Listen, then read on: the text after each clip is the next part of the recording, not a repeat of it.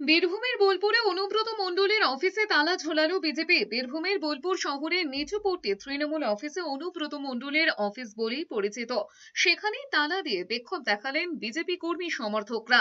ক্ষমতায় বিজেপি আসার পরে বোলপুর পুরসভা কোনো কাজ করছে না, মানুষকে পরিষেবা দিচ্ছেন না তৃণমূল কাউন্সিলররা। বিজেপিকে কালিমালিপ্ত করতে জেলা তৃণমূল নেতাদের নির্দেশেই এই কাজ করা হচ্ছে বলেও অভিযোগ করেছে যুব মোর্চা। এই অভিযোগেই অনুব্রত মণ্ডলের কার্যালয় তালা বন্ধ করে বিক্ষোভ দেখান কর্মী সমর্থকরা।